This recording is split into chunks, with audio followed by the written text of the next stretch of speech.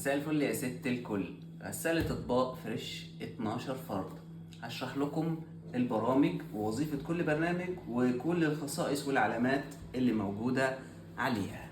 تعالوا نشوف مع بعض. بسم الله.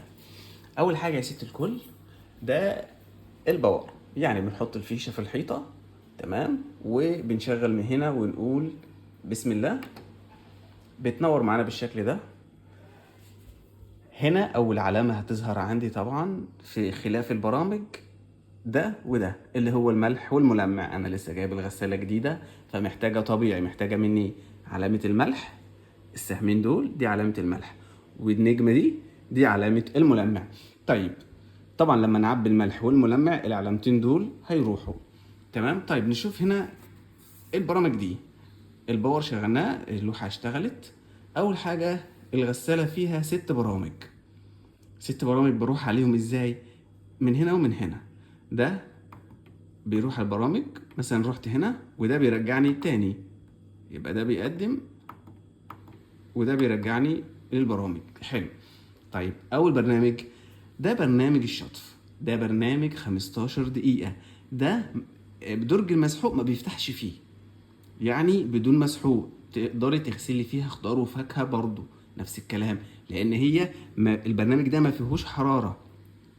برنامج 15 دقيقة برنامج شطف. طب برضو بيستخدم لإيه؟ لو أنا عاوز أغسل الأطباق بتاعتي تاني يوم، يبقى ما ينفعش أسيبها بدهونها عشان ما تنشفش، بحطها على البرنامج ده وأشغلها شطف مبدئي. ده 15 دقيقة شطف مبدئي، تمام. نروح لتاني برنامج 30 دقيقة. ده الحاجات اللي هي خفيفة، يعني مثلا الفطار غالبا ما بيكونش فيه دهون، فتمام تغسله على 30 دقيقة، ده ممتاز ما فيهوش مشكلة. بعد كده برنامج الإيكو، ده بقى الحاجات التقيلة، بس بياخد اللي هو موفر للطاقة، يعني موفر كهرباء وموفر مية، بس بياخد وقت طويل جدا بقى يا ست الكل. يعني كام؟ يعني 3 ساعات ونص. لا ده طويل جدا بصراحة. هو موفر للكهرباء موفر للمية، بس بياخد وقت طويل جدا، 3 ساعات ونص كتير. طيب اللي بعده 50. هتلاقوا برنامج 50 عليه كده علامة النجمة، يعني برنامج السوبر، تقدري تعتمدي عليه يوميا تغسلي فيه الاطباق حتى بدهونها شديدة الاتساخ، مفيش اي مشكلة. يعني تعتبري اللحوم الاسماك ما الى ذلك الاكل اليومي، تقدري تعتمدي عليه يوميا. بعد كده برنامج 65 درجة، ده بيوصل ل65 درجة.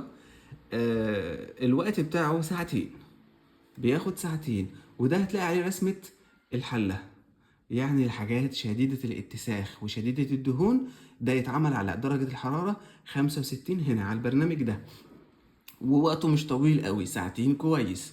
نيجي بعد كده للبرنامج ده كده.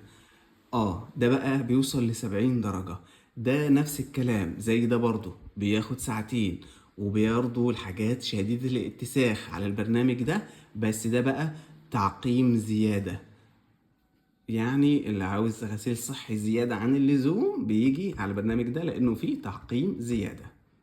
طيب أنا كده اخترت هنا البرنامج اللي أنا عايزه، وعرفنا البرامج وظيفتها إيه. طيب دول إيه بقى؟ أنا أقول لك. أول حاجة ده نص حمولة، لو انا المواعين عندي قليلة كمية مش كتير بعملها على رف وبختار نص حمولة. على فكرة انت بتشتغل على نص الحمولة السفلي. طب لو انا عايز اشتغل علوي على فكرة عادي، هو بس بيركز على رف معين وبيقلل لك الوقت. طيب ده ايه؟ ده زر القرص. لو انا حطيت قرص لازم افعل زر القرص من هنا علشان خاطر ما يسحبش الملمع اللي انا حاطه، ما يسحبش من الملح اللي انا حاطه، لان القرص بيحتوي على ملح وملمع، يبقى لازم افعل زر القرص من هنا. ده بقى ده تأجيل الوقت. يعني خلينا نشوف هنا نص حمولة بينضرب من هنا، تمام، مش عايزه بكنسل خلاص. زر القرص كده زر القرص ويفضل والع طول ما هو شغال، لا مش عايزه، تمام. طب تأجيل الوقت، عندك تأجيل الوقت يا اما تشغل الغسالة بعد 3 ساعات يا اما تشغلها بعد 6 ساعات. طب لو عايز اشغلها بعد 9 ساعات، اول حاجة بعد 3 ساعات ضربة هشغلها لي بعد 3 ساعات، طب ضربة كمان هيشغل لي بعد 6 ساعات، طب ضربة كمان الاتنين مع بعض هيدوني 9. 3 زائد 6 هيديني 9 ساعات. انا طبعا مش عايز اشغلها بعد، لا عايز اشغلها عادي. عرفنا الملح الملمع، وده بقى علامة قفل الأطفال. أعمله إزاي؟ لو أنا مش عاوز الأطفال يلعبوا في الغسالة بتاعتي، أفعل زر الأطفال من هنا. هتلاقي شوف هنا رايح كده، وفي النص علامة القفل، يعني ضغطتين مطولة مع بعض لمدة 3 ثواني. هتبص تلاقي دي بقت لونها أحمر. نعملها ونجرب معاكم. أيوة كده بقى زر الأطفال اشتغل. طب أنا هنا هقلب برامج وأشوف هيتحرك معايا ولا لأ. لا، شوف بيديني هنا ايه؟ تحذير ان ده شغال. تمام. طب عايز الغيه عشان اقدر اتحرك واشتغل، بدوس عليها 3 دوسه مطوله لمده 3 ثواني. راح. تمام. يبقى فاضل لي دول. ده اول علامه من فوق، دي علامه الغسيل. هتلاقيها شغاله. اول ما ادوس اوكي دي هتنور احمر، دي علامه الغسيل. وبعد كده دي علامه التجفيف. اول ما تخلص غسيل اللمبه هتطفي هنا، وهتولع هنا علامه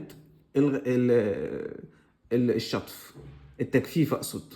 هنا غسيل، هنا تجفيف، والعلامه الاخيره دي علامه التلميع. يعني بتيجي اخر مرحله اللي هو التجفيف.